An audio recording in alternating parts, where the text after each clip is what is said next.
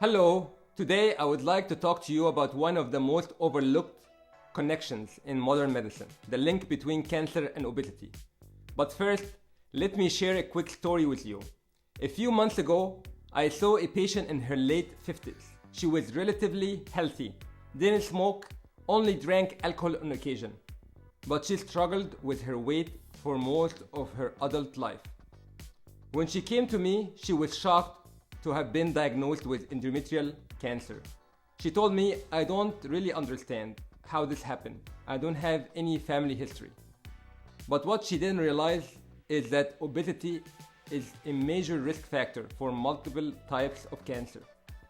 Therefore, I sat her down and explained how excessive body fat can silently increase cancer risk, and that's what we are going to talk about today.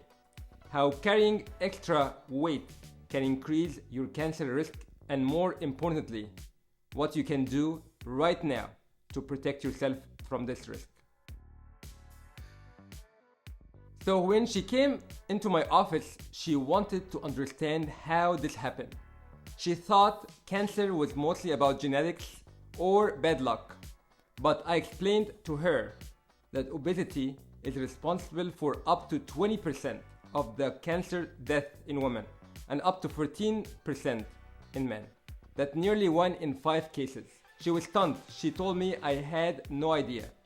Therefore, I broke it down for her. I told her that excess body fat is not just about stored energy. It is metabolically active. It releases hormones like estrogen, insulin, and inflammatory markers that can drive cancer growth. But she still seemed surprised, so I went even further. I explained to her that obesity is linked to at least 13 different types of cancer, including breast, colon, endometrial, kidney, and even pancreatic cancer. Therefore, I told her that if we just could start working on reducing your weight and improving your lifestyle, you could dramatically lower your risk for cancer. And that's exactly what we did. Today, I'm going to share with you the same 5 critical strategies I shared with her so you too can protect yourself from this silent risk. First, let's understand the science behind how obesity promotes cancer. You see, when you carry extra weight, your fat cells release chemicals called adipokines, which can promote chronic inflammation. But it's not just about inflammation. These fat cells also produce estrogen, especially in women, and therefore high levels of estrogen have been linked to cancers of the breast, endometrium, and ovaries. But there is more. Obesity is also associated with insulin resistance, causing your body to produce more insulin and insulin-like growth factors. Both of these hormones stimulate cell growth, including cancer cells. Therefore, reducing body fat is not just about looking better, it's about lowering your cancer risk. So what you can do right now? Here are 5 powerful strategies to reduce your cancer risk and take back control of your health. The single most effective thing you can do to lower your cancer risk is to achieve and maintain a healthy weight. Studies show that even 5 to 10% reduction in body weight can significantly lower levels of cancer-promoting hormones. But many people think that they need to lose massive amounts of weight to make a difference. That's not true. Therefore, I always tell my patients, focus on gradual weight loss. Only 1 to 2 pounds a week will make a big difference. This steady pace is not only sustainable, but more effective at keeping the weight off. But remember, it's not just about the number on the scale. It's about your body composition. Preserving muscle while losing fat is key.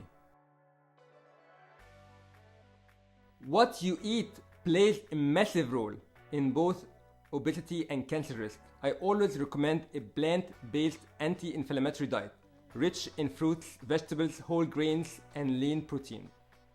But it's not enough to just eat healthy once in a while. Consistency is crucial. Therefore, I suggest filling your plate with cruciferous vegetables like broccoli, cauliflower, and Brussels sprouts. These contain compounds that detoxify carcinogens and protect cells from cancer. Berries also very important. They are packed with antioxidants that fight oxidative stress and prevent DNA damage. But it's not just about what you add, it's also about what you cut. And hear me out, minimize processed foods, sugary drinks, and red meats. Studies show that processed meats are classified as group 1 carcinogen, the same category as smoking. Exercise is not just about losing weight, it actively fights cancer. Physical activity lowers levels of estrogen, insulin, and inflammation, the key drivers of cancer linked to obesity. But you don't need a gym membership to get started. Therefore, I recommend walking briskly for 30 minutes a day. This alone can reduce your risk of breast and colon cancer by up to 20 to 40%. But if you want to take it further, try activities like cycling, swimming, or even dancing. The key is to move more often and more intensely. Therefore, the more you move, the more you protect yourself from cancer. Alcohol and smoking are two of the biggest risk factors for cancer. But when combined with obesity, the risk multiplies. Alcohol, even in small amounts, has been linked to breast, liver, colon, and esophageal cancer. Therefore, I advise limiting alcohol to not more than 1 drink per day for women and 2 for men. But it's not just about alcohol. Smoking is equally damaging. Therefore, quitting smoking is one of the most powerful things you can do for yourself and for your health. Your body starts to heal just weeks after you quit, and your cancer risk drops significantly over time. Lastly, early detection is key, but many people wait until symptoms appear. Therefore, if you are carrying extra weight, it's even more important to stay on top of regular screenings. For women, mammogram, pap smears, colonoscopies should be done as recommended.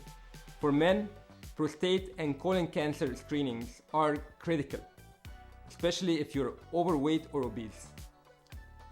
But don't just rely on screenings.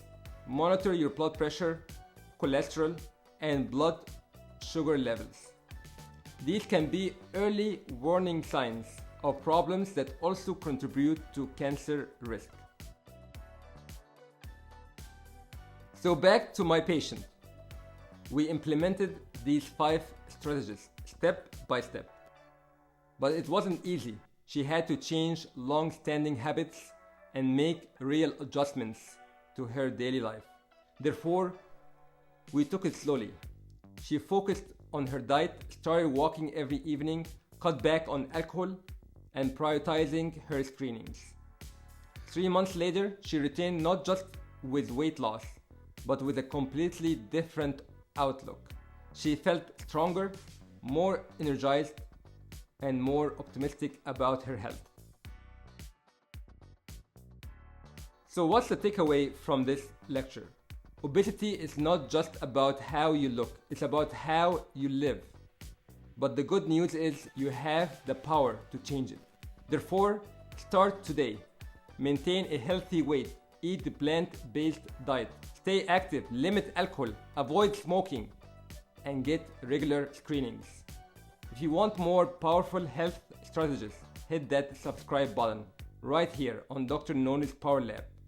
Until next time, stay strong, stay proactive, and remember, you have the power to fight back against cancer before it even begins.